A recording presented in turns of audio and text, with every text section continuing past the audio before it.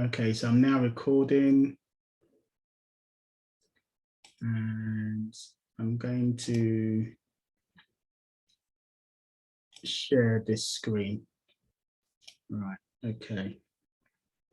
Right, okay, so what I wanted to talk about today is something I think is quite important, and it's about the overlap that crypto has with all the things that we're doing. So it doesn't matter if we're doing HFX or Forex or even Hyperfund, which is newer to some of us. What's happening at the moment is that crypto is it's getting into just about everything more and more. And I think we're going to come to a point where if we don't have what I call crypto literacy, it's going to be a hindrance at some point. Just as in the early days of the internet, if you didn't know how to, send an email or use a web browser, it's a hindrance, and more so now. If you don't know your way how to navigate the web, it's a form of illiteracy. That's how I see it anyway. And, the more I see in the world of crypto, the more I think that if you don't, at least understand the basics, it's going to be, a hindrance, and you lose out on certain things. Now, one of the reasons I say that is because I've noticed that sometimes when you're funding a trading account, if you fund it with Bitcoin, for example, sometimes you get a 5% bonus and things like that. And, they're not silly, because depending on how much you know about crypto, people are aware that Bitcoin is a limited resource. So if there's any way they can get their hands on it, people would do that. So it's like me, myself, if I, when I was selling my car, I really wanted someone to pay for it using Bitcoin. It didn't happen, but yeah, I'd rather get my hands on Bitcoin than cash. That's my state of mind at the moment. Anyway, so right, so if you can give me a 1 if you're currently using Pocket Option, just to get a sense of the room.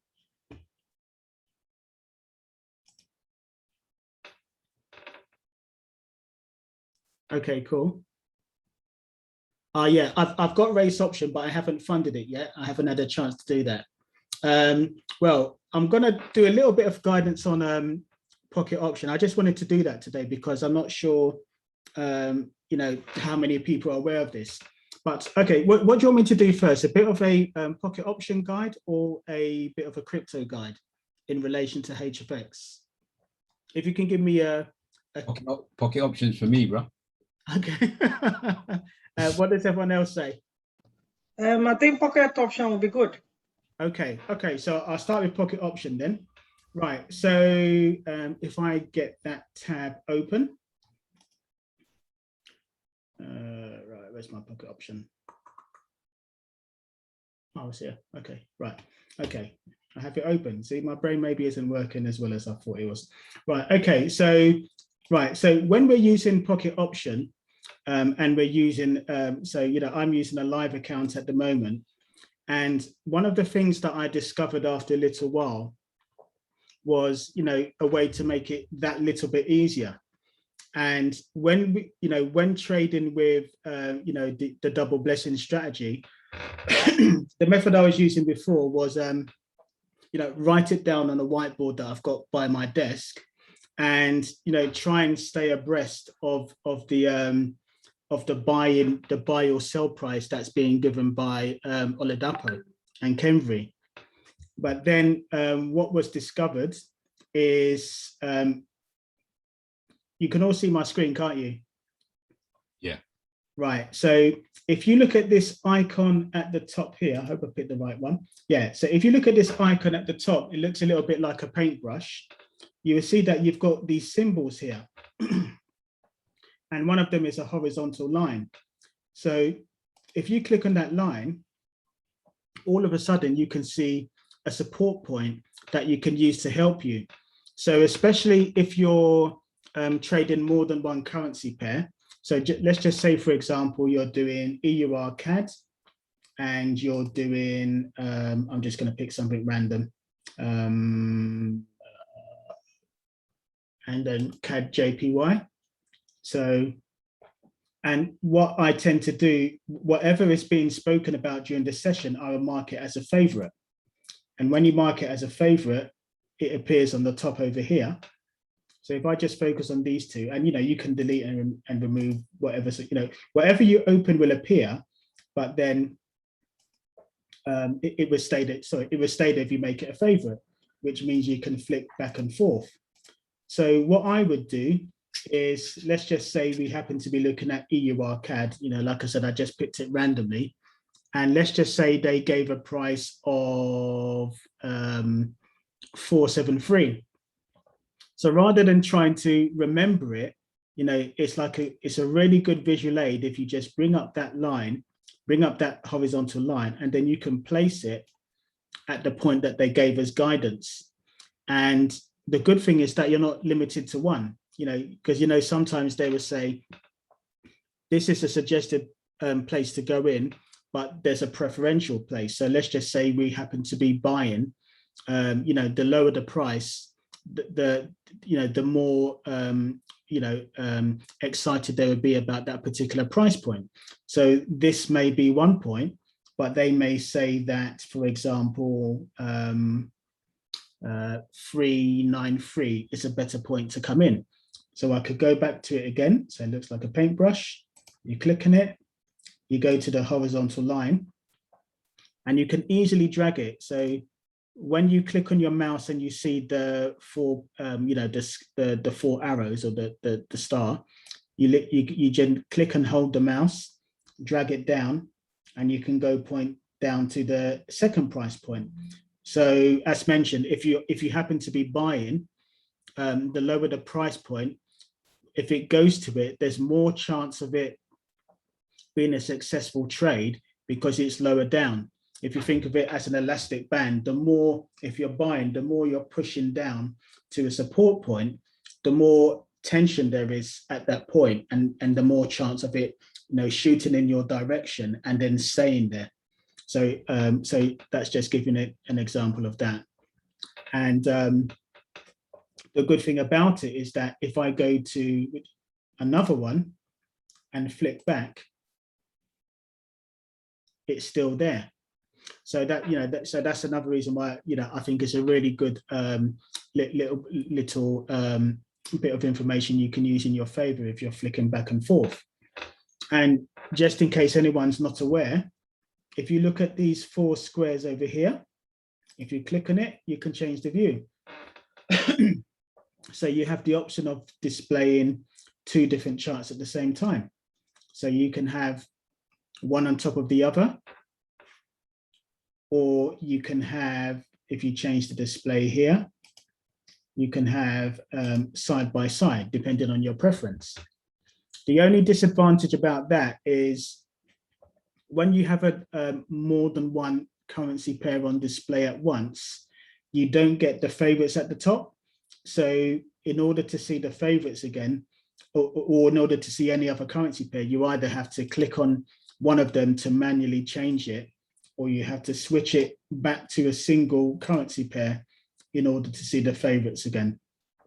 So before I jump any further, does anyone have any questions at this point?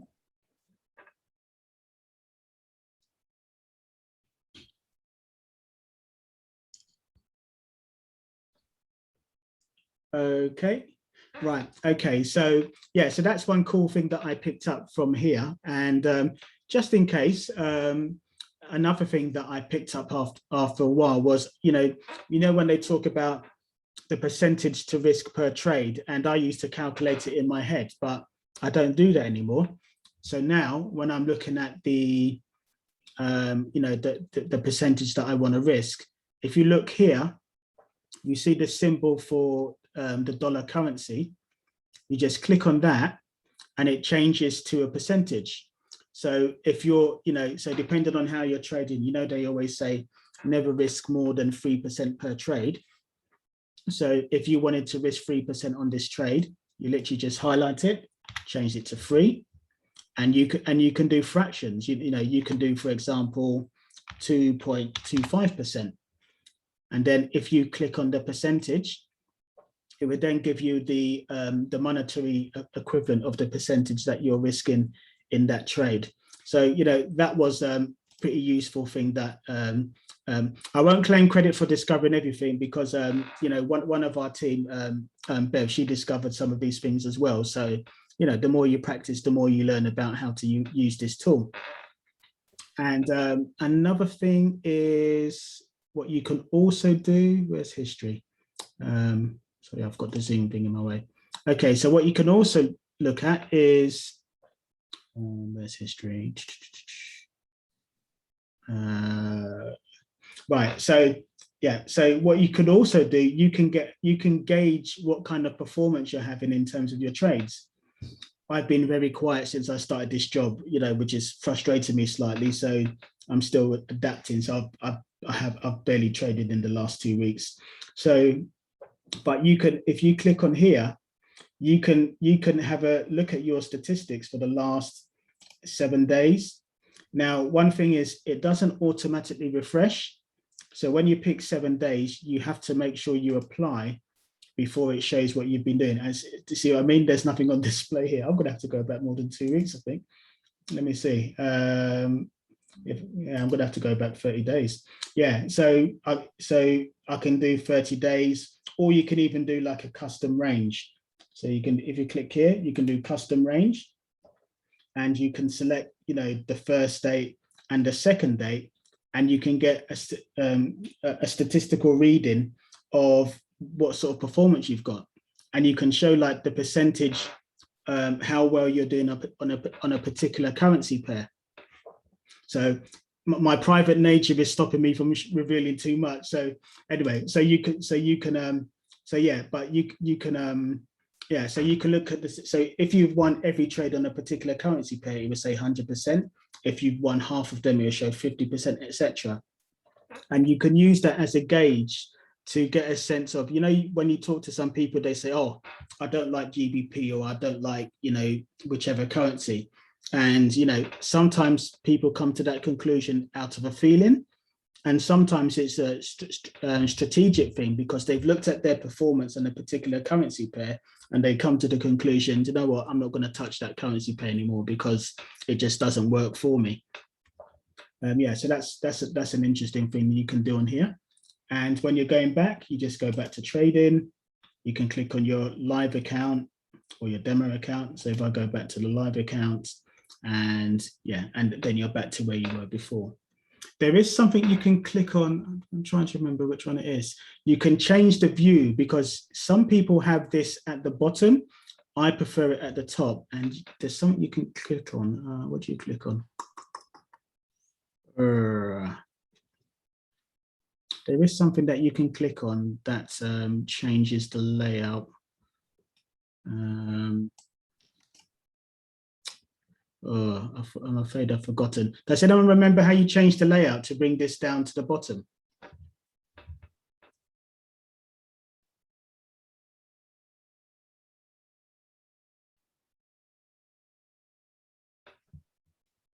Okay, not to worry. Let's see if I can figure it out. Oh, where is it? It's not that. No, it's definitely not that. There is a way of doing that.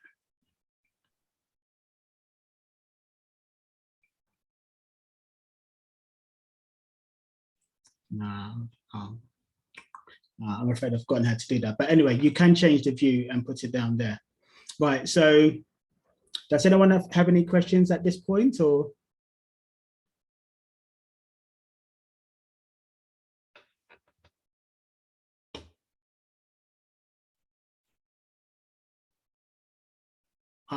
Try the full screen arrow. Okay, right.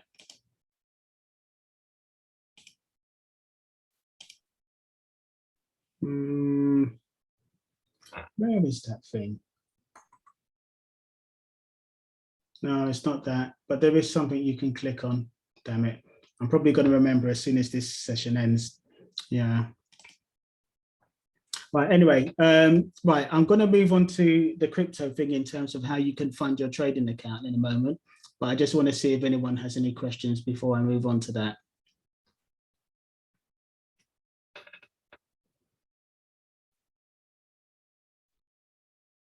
Okay, so right, what I'm going to do now, so let's just say you're funding your pocket option account. So what you would do is, right, so if you look on the top right corner, you've got top up. And when you click on that, you see that you've got multiple options in terms of how you're going to fund your account. So you've got normal, debit credit cards. And then you see here, you've got various cryptocurrencies that you can use to fund it. Now, depending on the broker account, if it does take crypto, you can guarantee they're always going to take Bitcoin. Some will take Litecoin, and I think a fair few of them will also take USDT. Now, for those of you who don't know what USDT is, it's a different kind of cryptocurrency called a stable coin. And the purpose of a stable coin is it's always pegged to the price of $1. So one tether will always be, almost exactly matched by $1. So and what you find in the cryptocurrency space is what some people do is when they're trading, let's just say, for example, the price of Bitcoin spikes up. What some people would do, they will sell that Bitcoin for tether and keep it in the exchange where they keep it in the trading platform. And what they would do, they would hold it there, wait for the price of Bitcoin to go down, and they would buy it again with that tether, rather than cashing out into their bank account back and forth. It's a mechanism for holding your liquidity in the exchange for when you're trading. And Tether's not the only one. There are other stable coins. Coinbase has their own one as well. But Tether is the most widely used. Some people don't have 100% confidence in it, but that's a story for another day. But to date, it's performed okay. Actually, no, I'll explain that briefly. So what I mean by that is because the purpose of a stable coin is you have to be kind of like guarantee that if you're making a stable coin the equivalent of $1, there must be dollars stacked away somewhere that exactly match that stable coin. But there's been talk of discrepancies over the years where people think that there isn't actually a matching amount of dollars to Tether. However, with other stable coins, there's a lot more confidence that for that stable coin, there's actually an equivalent amount of dollars that's put away as insurance. So that's the difference. But like I said, but Tether is the most popular, so it tends to be the one that's used the most.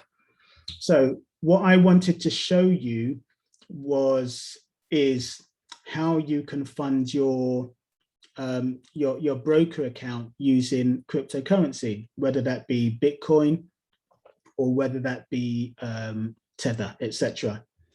Now, for most people, their first steps into the world of cryptocurrency tends to be with Coinbase. It's user-friendly, it's very easy to use, but it has a bit of a bad press, not because of the ease of use, but because their fees are expensive. So for every transaction, so anytime you buy cryptocurrency using Coinbase, there's a percentage fee.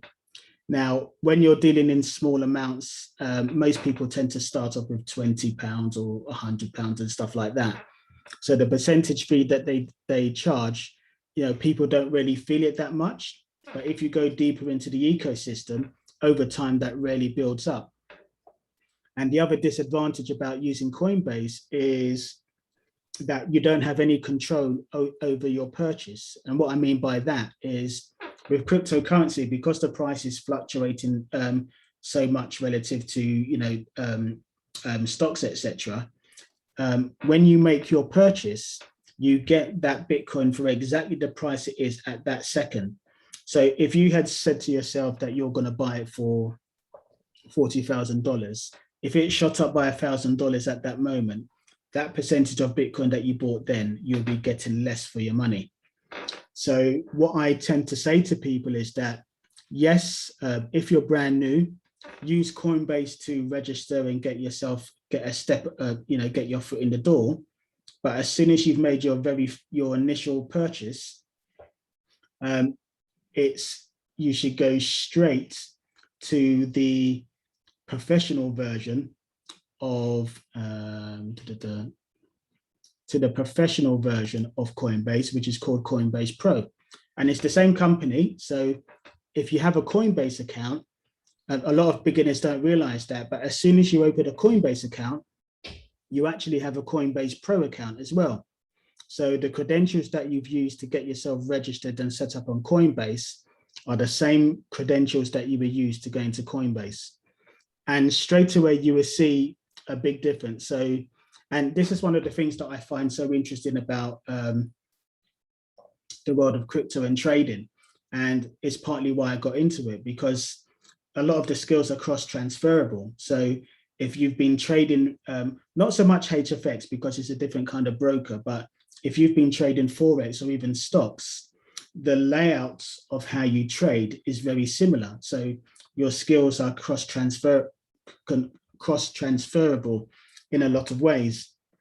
And just to give you a quick example, I'm going a little bit deep into crypto here, but I won't go too far for those who aren't really into it yet.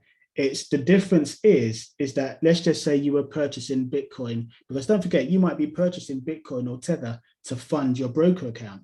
So you might say to yourself, I'm going to fund it by $300 or £300. But if you're looking at the charts, let's just say you're looking at this, and you might say to yourself, okay, where's the current price? So for example, you would see that, okay, let me change the currency pair. Let's just say that, you know, Bitcoin is £32,000, 594. But you can see that, you know, it was at a lower price recently. And if you're not in a hurry, you might say to yourself, oh, I wish I'd got it at that price, at 29,700 rather than 32,000. Now, obviously, there's no guarantee it's going to dip again, but you might say to yourself, I still rather get it at that price. So what you can do is what's called a limit or a stop order. And what you can do is say, do you know what? I want to buy,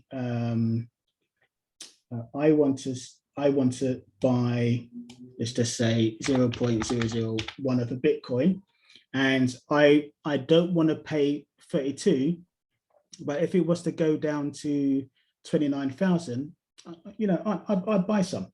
So what you can do is set the price to 29,000, and what you do, you place the order. Obviously, I'm not going to do it now. So you place the order, and it would be kind of like it would be in a queue. And if the price goes down to that price again, you would then buy it at that price and get your hands on that Bitcoin. Now, the reason why I say that there's a good overlapping is because you could say to yourself, you can fund your trading account in different ways. You could fund it with, you know, with bits of your salary, but you can say to yourself, if Bitcoin goes down to a lower price, I'll be getting myself a bargain. So if I wait and allocate however much that money will be, if I wait, I can buy Bitcoin with the intention of funding my trading account for £29,000. And then what I could do is let's just say it goes up another £10,000, which Bitcoin does do. When it hits the higher price, I would then sell it for Tether, and then my trading account would be at a bigger amount. that's one way to do it. Or you could simply say to yourself that, okay, I'm going to fund my trading account with Bitcoin, and but I keep it in the trading account and then I cash out. Actually, I think the first way I said is probably better. You buy it low, sell it high for Tether, and then fund your trading account. I think that's probably the best way around. Does anyone have any questions about that, by the way?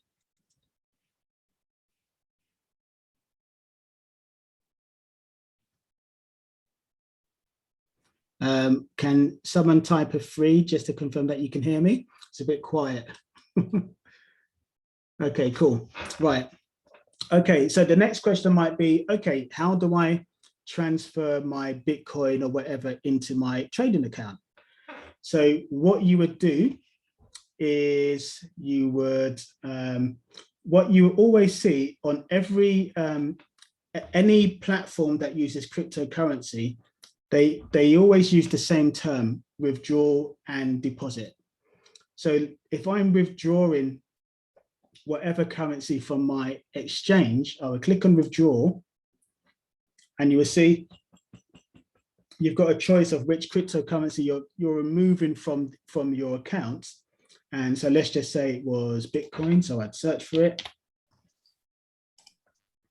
And you see here, now remember I was saying about when you've got a Coinbase account, you've got a Coinbase Pro account, you can transfer, if you've bought some cryptocurrency, or even if you've just funded your Coinbase account and you've deposited money into that account, you can transfer that money, so that's sterling or whatever currency, depending on where you live, you can transfer it directly into your Coinbase Pro account and purchase your Bitcoin that way, so you've got more control over the price. So you see here, you've got, transfer, back and forth directly to your Coinbase account. But in this instance, I would be transferring to an external account. So I would click on crypto address, and I would be getting the Bitcoin address that is in the other location. So what I would be doing is, if I just go back to Pocket Option, where is it? So bear with me.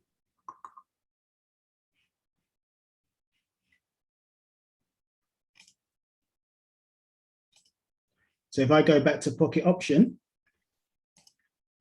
so if I was sending Bitcoin here, first I have to find out what the address is. So I would click on Bitcoin here, and I would click on Continue. And you see here, you've got, this is a Bitcoin address. So what I would do, I'll click on copy address. Some people use the QR codes if they're using mobiles perhaps. So I would click to copy the address. I would then go back to my, if I get that,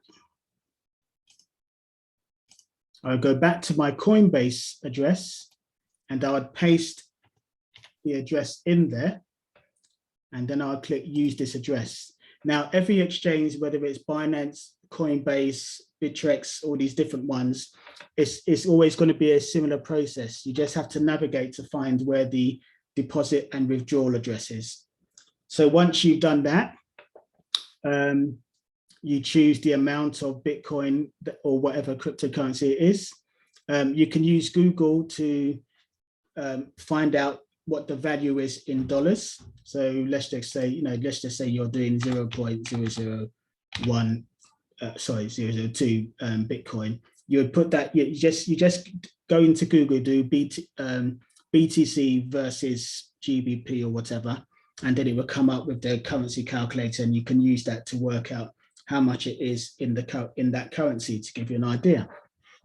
Now, what I always do, that's just me, but I think it's best. What I tend to do, if I'm sending money to an account for the very first time, I will always test it first. So if I'm, for example, transferring £300 or dollars, I will transfer $10 first, just as a test to make sure it's working. And once I'm happy with that, then I know that I have pasted the details correctly. And then once that clears in the account that I'm funding, I then do the larger amount, confident that I've put in the right details. So once you've once you've determined what the amount's going to be, you just click withdraw, and a short while afterwards, it's going to appear in the other account. Yeah, so that's how you do that. Does anyone have any questions at this point? I've got a quick question, Albert. Yeah. When you just mentioned about, because I've got a what do you call it, a Coinbase account. Yeah. How do you transfer your funds from the Coinbase account to the Coinbase Pro? Right. So if you're transferring it to Coinbase Pro, you would. So what you would do is, let me go to. Okay. So assuming you've opened your Coinbase Pro as well, so what you do, you would click on deposit. Okay. In Coinbase. In Coinbase Pro, because you're sending it from Coinbase to Coinbase Pro. All right. Okay. So you click on deposit. Okay. Now I'm doing this from a mobile, by the way, so bear with me. Okay. With a mobile, I wouldn't be able to show you because I tend to prefer my desktop, but it'd be similar, I'm sure. So you hit deposit, yeah. You hit deposit, and then when you click deposit, all the different types of cryptos will be there, but it may be that because you can do GBP. So let's just say it's your money rather, fiat rather than crypto. Yep. So you can click on GBP. Yeah. So you select that, but that's the only one that's different, because with the GBP, it would give you, the bank details that you were sorry. You've already, okay, so I'm thinking of bank account. Okay, we're talking about Coinbase to Coinbase. Sorry. Yeah. Okay, so for that, you would click on transfer fund instantly from Coinbase.com. Oh, yeah. Yeah. To Coinbase.pro. So you click on that. Yeah. And then you select whichever currency that may be. So all right, I got it. Yeah, from Coinbase.com. Right. Yeah. So it's basically from Coinbase.com to Coinbase Pro. So you see, if I had it, so if I wanted to transfer my Coinbase money into here, I could do, whatever amount it might be. Okay, cool. Yeah, I got it.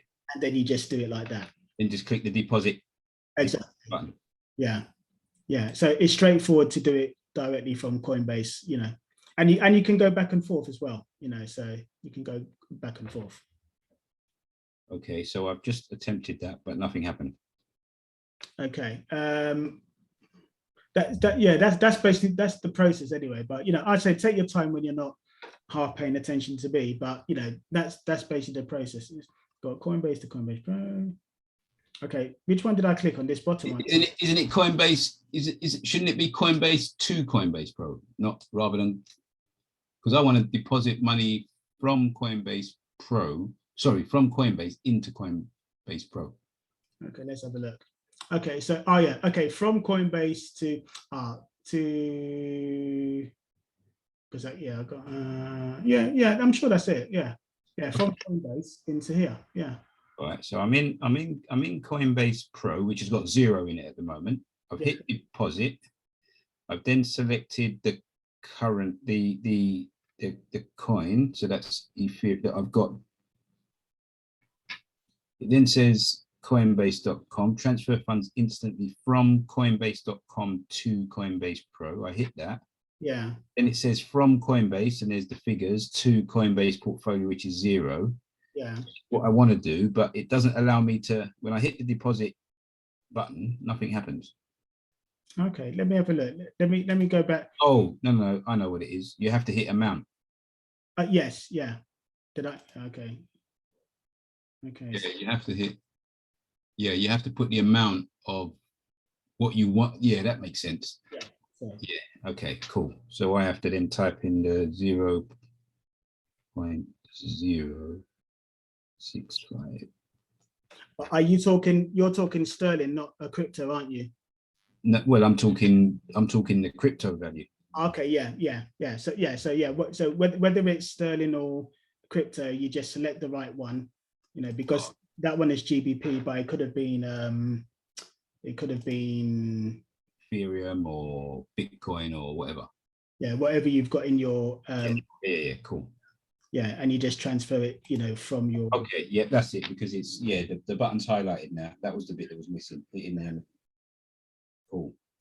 Yeah. Okay. So yeah, so that's how you do that, and you can so yeah, whether it's a trading account or hyperfund or whatever it might be, and just from your own account to say, for example, has any of you ever seen a hardware wallet?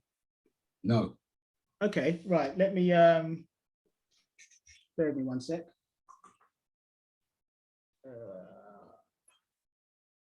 Where did I get it? Okay, I'll show you this one. Yeah, because I've got the cheaper version and I've just got the higher version.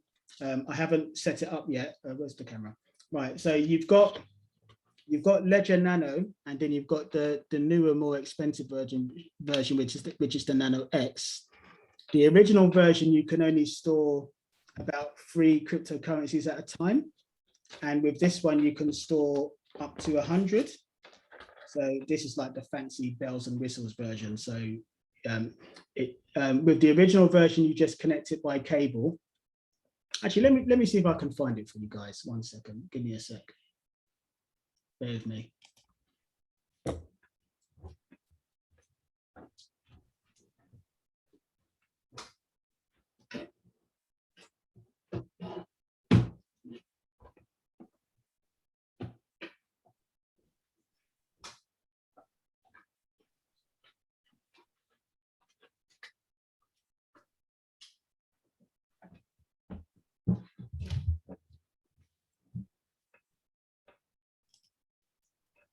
Right, so I hope you can see it clearly. So this is the original version. So you can store 3 cryptocurrencies on it at the same time. Now, where it can hurt the brain a bit is it doesn't. Sorry, Albert, if you get rid of that share screen, we might be able to see you a bit better. Oh, okay. Yeah, okay, right. Sorry, 1 sec.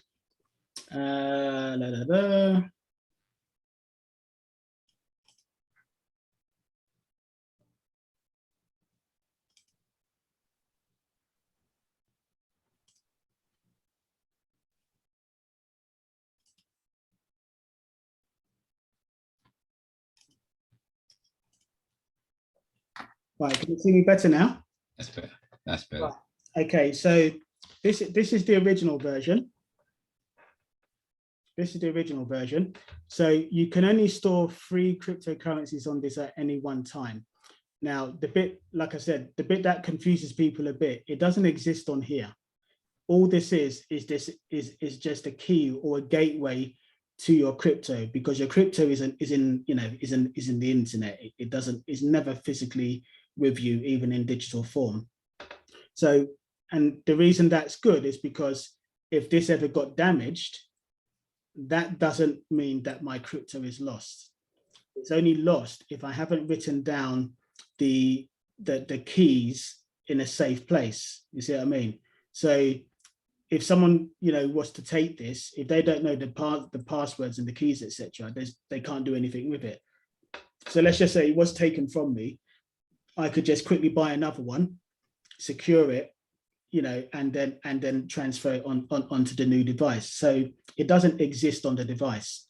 So because of that, although you're limited to 3, if you think of it like a phone that doesn't have much storage on it. So like when you've got a really old phone, in order to install a new app, you have to uninstall something to put the new app on. This is a bit like that. So if you bought a 4th cryptocurrency, you'd have to uninstall the app. I'm just using that, to make it visualize it a bit. You'd uninstall the app for XRP so that you can install the app for Cardano, and then you'd install Cardano. But if you then wanted to access XRP, in order to transfer it somewhere, you could uninstall the Cardano app, reinstall the XRP app, and then you can see it again, and then you can transfer it to whatever it is that you want to do. But when you get the newer, more expensive version, which also has Bluetooth connectivity. This one has to physically connect to your PC for you to do whatever it is that you do, and you have a kind of web interface. This one works by Bluetooth as well. I haven't used it yet. I'll probably do it over the weekend. And as I mentioned, I think you can store up to 100 different cryptocurrencies rather than having to, install and uninstall apps in order to use this one. So what you might do, for example, is, even though this is the older one, you might use this for your very, very long-term storage. You never touch it. And then this one, you might use, a bit more back and forth with your activities, because, proportionately, it's Bitcoin and Ethereum, something like that I would potentially have on this. And then the cryptocurrencies that I'd have smaller amounts would probably go on this, and I'd use it more actively. Yeah, so that's... I've got a question. Yeah. And hopefully this doesn't challenge your private nature. Okay. But how much is the newer one? Yeah, so this is about, very important. Never buy it from anywhere except directly from the Ledger website. Ledger? Yes, ledger.com. I can send you a link afterwards. Yeah, put it in the chat. Yeah, so only buy it from there, because if you buy it from anywhere, even Amazon, there's always the possibility that someone has got your key, broken the seal, did a bit of clever tampering with it. You've taken the ledger, you put your coins on it, and then 2 years later, when it's grown in value, all of a sudden you plug it in and it's gone, because someone's given themselves a backdoor to your cryptos, to your coins. You know what I mean? So you should only ever buy it directly from their website. So I was going to show the other box, but I'm too lazy to get up now. So this is the box. Anyway, if you go directly to their website, that's where you buy it from. So this is about 100 quid, in that ballpark, and this one's around 50 quid, something like that. Is that real leather or false? Leather? Oh no, this is just No. cloth. Yeah. Sorry, that was one of my funnies. Okay. Yeah, my brain is slow, like I said. Is it real leather or false leather? Yeah. Yeah, but no, it's a wallet, right? Yeah. Oh my God, I still didn't get it. Yeah, man. Sorry, everyone. I'm a morning person. Yeah. So, right. Yeah. So this gives you an idea of what they both look like. So this one's quite weighty, but yeah, very important. And this is why I talk about educating yourself about crypto, because you may say to yourself, I've made a certain amount of money, but I don't want to put it in the bank. So with this, you've got control. So you may have been trading with your with your broker, and you want to cash out. Now, my understanding is, however you fund your broker account, when you cash out, it has to be the same currency. So if you put pounds or dollars in, when you cash out, it's pounds or dollars. If you put Bitcoin in, when you cash out, it's in the form of Bitcoin. That's my understanding. So bear that in mind. Some brokers might be different, but that's my understanding. So bear that in mind when you're funding your account. So is that the same? Is that the same when you do a transfer between Coinbase and Coin Pro? So obviously, I funded the Coinbase with currency, but I've just transferred crypto to Coinbase. So if I cash out in Coinbase, what do I get? Well, depends what you do with it. I mean, because if you've traded that with Bitcoin or whatever, then when you cash out, you're going to cash out in Bitcoin. But obviously, when you're cashing that out, you can't send your Bitcoin to your bank account. You're going to be sending that to, ideally, cold storage. So what I tend to do is, if I was to grow the value of anything in Coinbase and transfer it, I'm going to be transferring it to something like this. You see what I mean? Okay, I'm not sure you answered my question, but I'll ask it again in case I've missed something. Okay, so I've funded my Coinbase originally with sterling, Yeah. right? And I bought crypto. Yeah. I've just transferred that same crypto to Coinbase Pro. Yeah. So in effect, my Coinbase Pro account has been funded with crypto and not sterling. Yeah. So if I cash out in Coinbase Pro, Yeah. what do I get? Because I thought you said Coinbase. Well, if you cash out, it will be if you're it depends how you want to cash out. If you're cashing out because you want to spend money, Yeah. you will potentially sell that Bitcoin for sterling, and then then you transfer it to your bank account.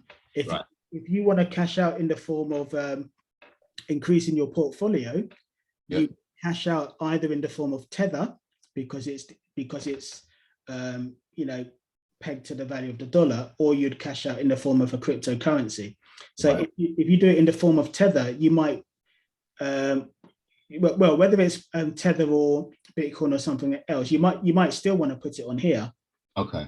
But then what happens then is that when you're ready to spend it in the normal world, when you're ready to do that, how would you spend that? And let me just show you something. Thanks for that nugget, Jay.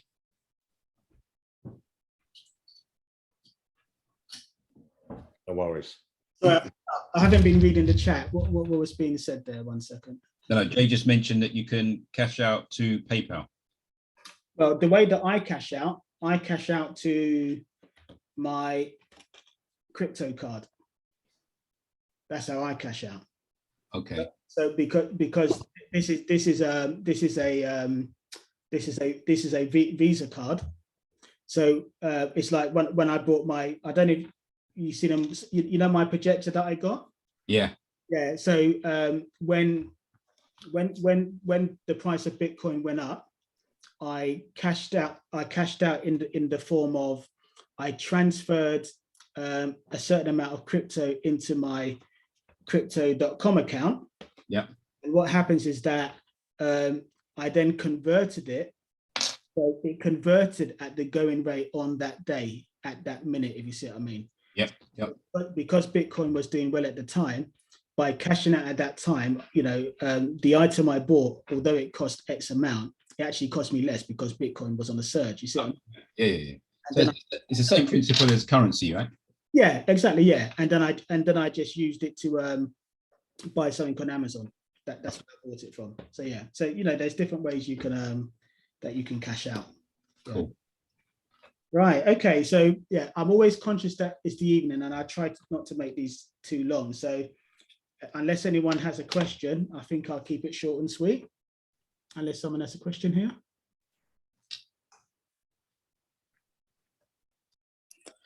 Hi, just a random question. Yeah. Can you go on Coinbase Pro and just show us how you buy one? Do you understand? Just an example of how you can just order one or buy something. Do you understand what I mean? You mean just that's yeah, how you can just go on and, like, example, depending on the crypto you're looking at and whatnot, how you can just, you know what I mean? It's just a little demonstration, not obviously getting one, but just to show how you'd actually use it properly. Okay. Let me share my screen again.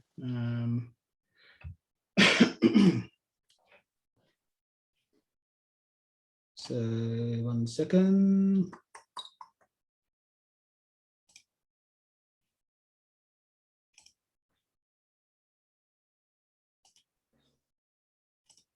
Okay, so if I'm on Coinbase and I want to, let's just say, I want to buy. Okay, so you see at the top here. So at the moment it's on BTC GBP, but if I click on it, I can either look at everything that's on here, or I could say, okay, I'm using my GBP, so I'll only look at GBP trading pairs. Or if I've got Tether, I'll only look at Tether trading pairs. Or if I've already got, for example, Bitcoin, I look at the Bitcoin trading pairs, the BTC trading pairs. So let's just say if I go back to GBP and I want to buy Bitcoin with my money. So So if I had GBP on this account, I would, okay, so let's just say there is money on that. Because what I've done an account for my kids, so and I manage it for them, so that's why there's 0 in there. But let's just say there was, I don't know, £1,000 on there. Your balance would show here, and basically you'd have 3 different types of orders to do. I hesitated from showing you because it took me ages to get my head around it, but I'll explain it anyway. So you have what's called a market execution. So that's literally, it's basically the same as if you'd been buying it on Coinbase. Whatever the price is at that split second, that's what it's going to cost you to buy it. So if you do a market execution and you say that, yeah, that's not going to work because there's nothing there. Right. So if you do a market execution, you might, let's just say you've got £1,000 and you press max, it would take the full £1,000.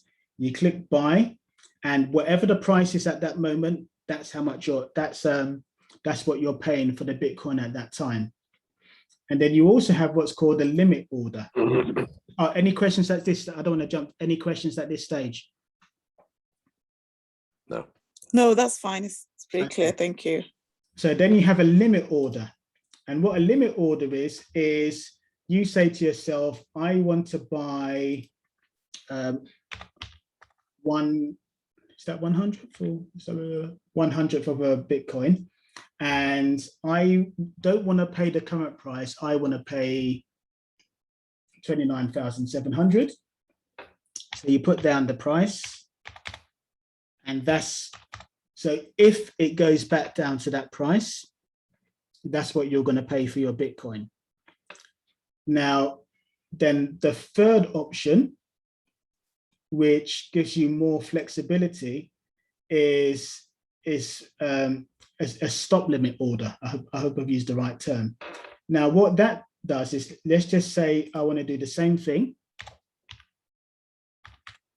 I want to buy 100th of a Bitcoin, and what I want to pay is, I want to pay 27,000 for 100th of a Bitcoin. Now, this one won't be active, and the way this works, this won't activate unless the price of Bitcoin goes down to, let's just say, 27,200. Okay, so what will happen then is that if the price of Bitcoin goes down to this price, you might make it closer. The reason I've done a bit of a gap, because Bitcoin moves so fast, if you make the price too close, that order might not execute. But to be fair, I don't normally do such a big gap. I might do it, like, say,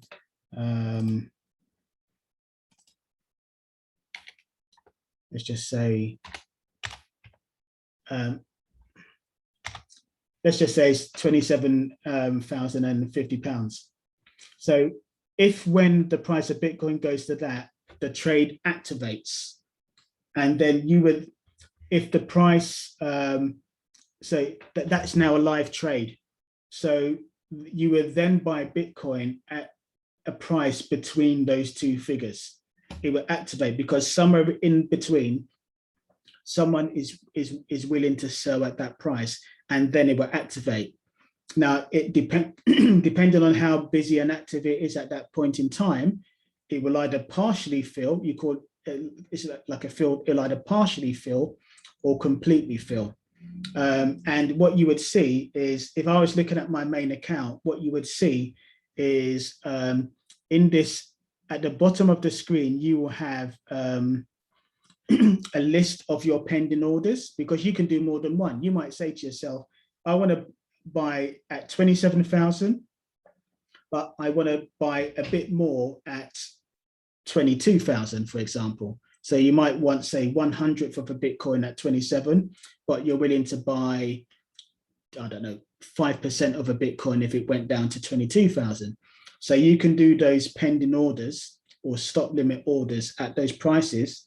And then if it goes down to that price, because you see every now and then you see these massive spikes, if it goes down to that price, that's executed. So you don't have to be standing by your screen all day long waiting for that perfect moment. You see what I mean? So that's basically how that works. It took me a while to get that, but I don't know if you see what I'm saying with that. If you've got any questions, let me know. That's great. Thanks for that. Okay, that's cool. Tips in terms of what to buy. Yeah, for me, it's always Bitcoin and Ethereum. They're the safe bets. Anything else, I tend to refer to Kurt Cobain these days. And yeah, I tend to go by that. But what coin is that? I'm not sure which one that one is.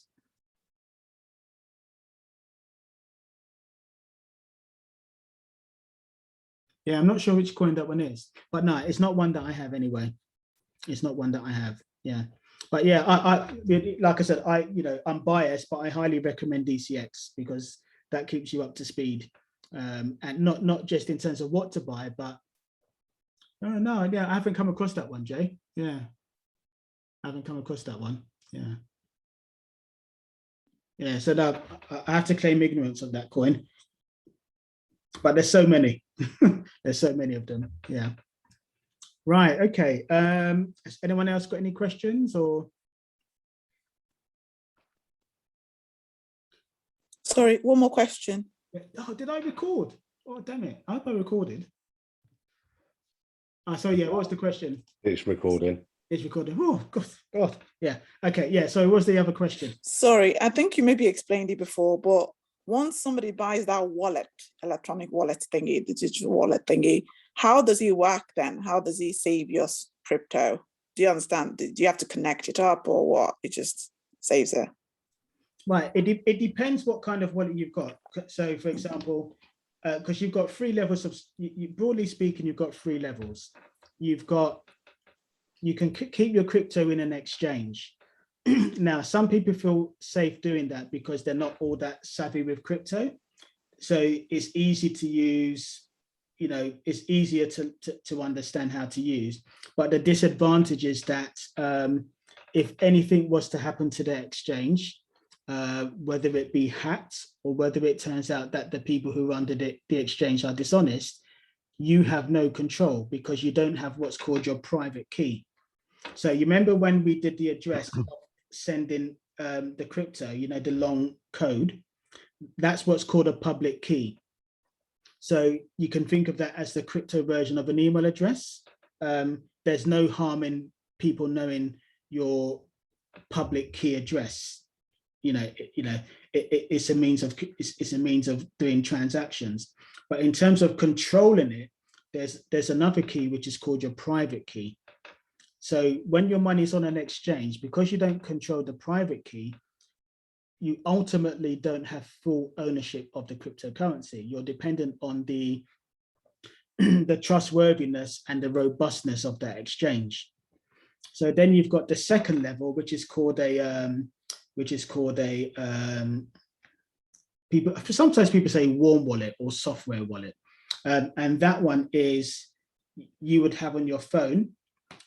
You might have like Exodus or something like that. You have it's an app that you download, and it's the same mechanism for transferring it. There will be a wallet address on here, a wallet address on the exchange, and you can transfer into this. So my basic principle is I have what I'm actively trading will be on the exchange.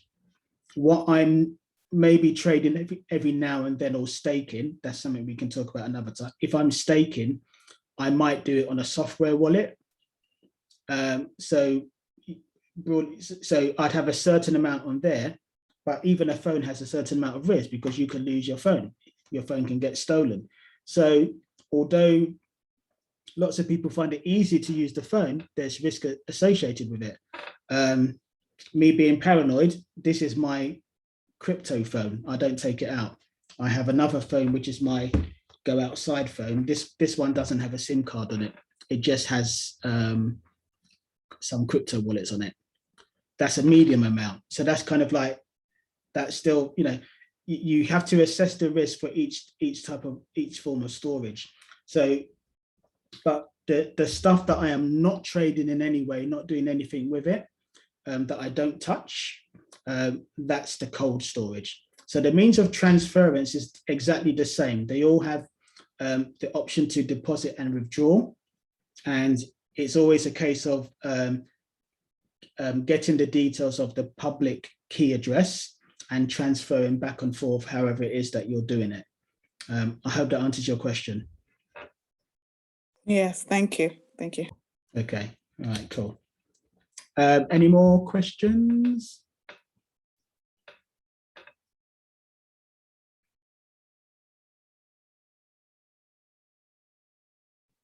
Okay, right, okay, I think I'll end it there. And thanks for coming, everyone. I hope you found it interesting and informative, as they say.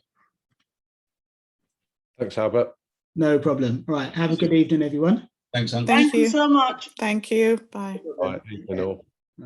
Bye. God bless. Thank you. Bye.